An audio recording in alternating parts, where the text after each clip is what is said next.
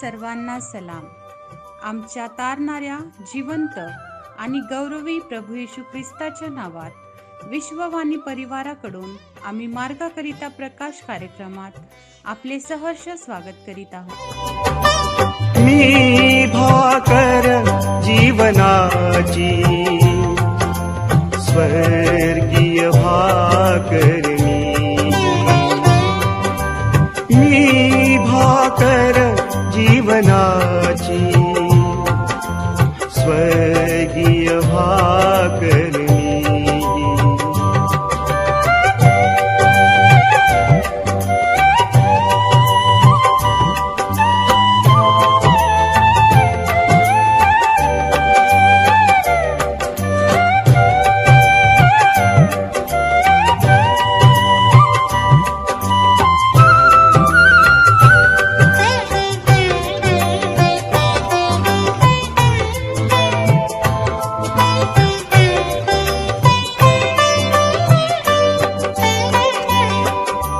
भाकरीस याजो खाईल ना त्या कधी भूक लागेल भाकरीस याजो खाईल ना त्या कधी भूक लागेल श्रद्धा जो मज घरी ठेवील ना त्या कधी तान लागेल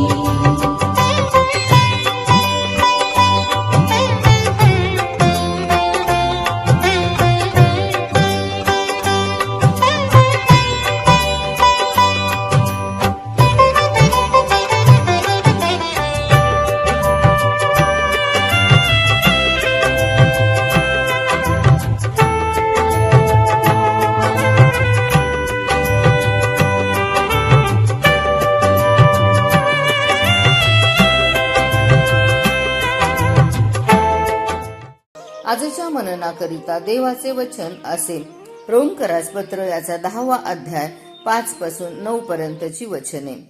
रोम 10 5 ते 9. नीतिमत्वाचा नवा मार्ग सर्वांसाठी आहे. कारण मोशे असे लिहितो, जो मनुष्य नियमशास्त्राचे नीतिमत्व आचरतो तो तेणे करून वाचेल.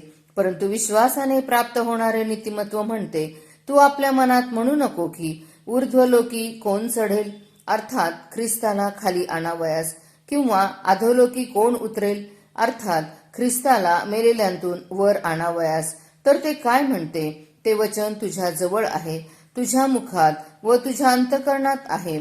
आमच्या विश्वासाचा विषय असलेले जे वचन आम्ही गाजवीत आहोत ते हेच होय की येशू प्रभू आहे असे जर तू आपल्या मुखाने कबूल करीशील आणि देवाने त्याला मेलेल्यांतून उठविले असा आपल्या अंतःकरणात विश्वास ठेवशील तर तुझे तारण होईल. प्रभू परमेश्वर या वचनाद्वारे आजचा आपला दिवस आशीर्वादित करो.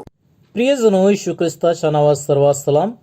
आजच्या म्हणण्याकरता निवडलेला शास्त्रभाग रोमकारास पत्र याचा 10 अध्याय 5 ते 9 ही वचने आपण वाचलेली आहोत. या ठिकाणी नीतिमत्वाच्या नव्या मार्गाविषयी आपण पाहतो आणि तो सर्वांसाठी आहे. देवाचं वचन सांगते, रोमकारास पत्र याचा 2 अध्याय 13 वचन जर आम्ही वाचलं, कारण नियमशास्त्र श्रवण करणारे देवाच्या दृष्टीने नीतिमान आहेत असे नाही, तर नियमशास्त्राप्रमाणे आचरण करणारे नीतिमान ठरवण्यात येतील. देवाचं वचन या ठिकाणी सांगतं आणि मोशे देखील म्हणतो की जो मनुष्य नियमशास्त्राचे नीतिमत्व आचरतो तो तेने करून वाचेल. पण या ठिकाणी आम्ही पाहतो की येशू प्रभू आहे असे तू जर आपल्या मुखाने कबूल करशील आणि देवाने त्याला मेलेल्यातून उठविला आहे असा आपल्या अंतःकरणात विश्वास ठेवशील तर तुझे तारण होईल. 2 गोष्टी या ठिकाणी आम्ही पाहतो. पहिली गोष्ट, मोशे म्हणतो की नियमशास्त्राचे नीतिमत्व आचरतो. आपण पाहिलं की नियमशास्त्र केवळ श्रवण करणारे नाही, केवळ ऐकल्याने नाही, पण त्याचं आचरण केल्याने. दुसरी गोष्ट विश्वासाने. जो कोणी येशू ख्रिस्तावर विश्वास ठेवतो, जो कोणी प्रभू येशूवर विश्वास ठेवतो आणि आपल्या अंतःकरणात कबूल करतो, देवाचं वचन सांगते की त्याचे तारण होईल. आणि म्हणून माझ्या प्रियानो, केवळ नियमशास्त्र ऐकल्याने नाही, परंतु त्याचं आचरण किंवा ते लागू केल्याने. दुसरी गोष्ट आपल्या मुखाने कबुली आणि अंतःकरणात विश्वास. काय विश्वास किंवा कुठली कबुली?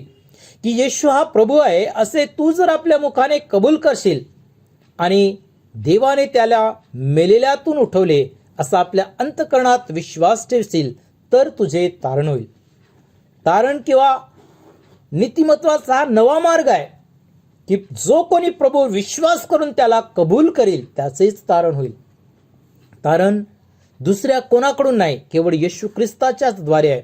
आणि म्हणून या ठिकाणी सांगतं की आपल्या मुखाने कबुली की येशू हा प्रभू आहे आणि देवाने त्याला मेलेल्यातून उठवला आहे असा अंतःकरणात विश्वास, तरच आम्ही नीतिमान ठरू किंवा आमचे तारण होईल. देवबाप करू, या वचनाने आम्हाला आशीर्वादित करू. आपण प्रार्थना करू.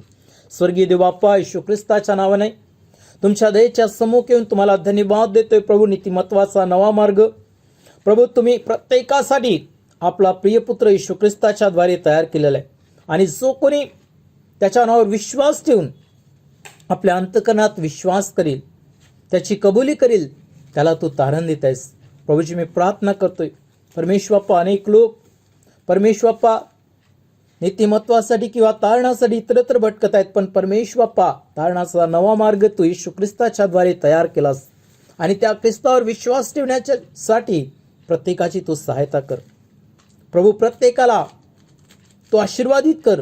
प्रत्येकाने तुझ्यावर विश्वास ठेवावे आणि अंतःकरणात तुला ग्रहण करावं असा अनुग्रह तू कर. परमेश्वरा तुला धन्यवाद देतोय प्रभू, तू असं करतायस. कारण जो कोणी केवळ नियमशास्त्र ऐकतो तोच नाही, पण जो आचरण करतो त्याचं तारण होते. प्रभू मी प्रार्थना करतोय परमेश्वर बाप्पा, प्रभू प्रत्येकाचं तारण कर आणि प्रत्येकाला तो आशीर्वादित येशूच्या नावात प्रार्थना करतो म्हणून तो ऐक. आमेन.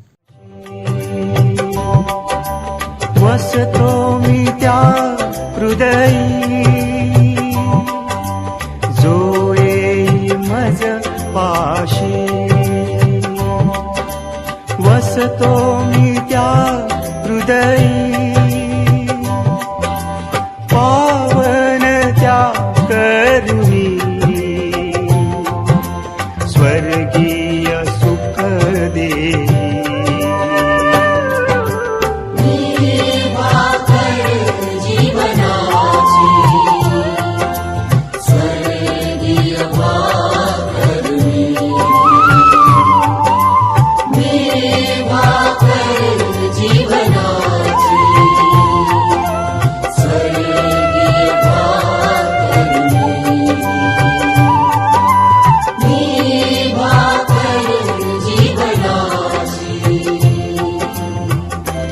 स्वर्गीय भाकर मी. त्याप्रमाणे तुमचा प्रकाश लोकांसमोर असा पडू द्या की त्यांनी तुमची सत्कर्मे पाहून तुमच्या स्वर्गातील पित्याचे गौरव करावे. आपल्या प्रार्थना विनंत्या कोणत्याही वेळेस विश्ववाणी प्रार्थना केंद्राला टोल फ्री नंबरद्वारे कळवू शकता. आमचा टोल फ्री नंबर 1-800-2700-333. आम्ही आपणासाठी या नंबरवर प्रार्थना करण्यास उपलब्ध आहोत. धन्यवाद.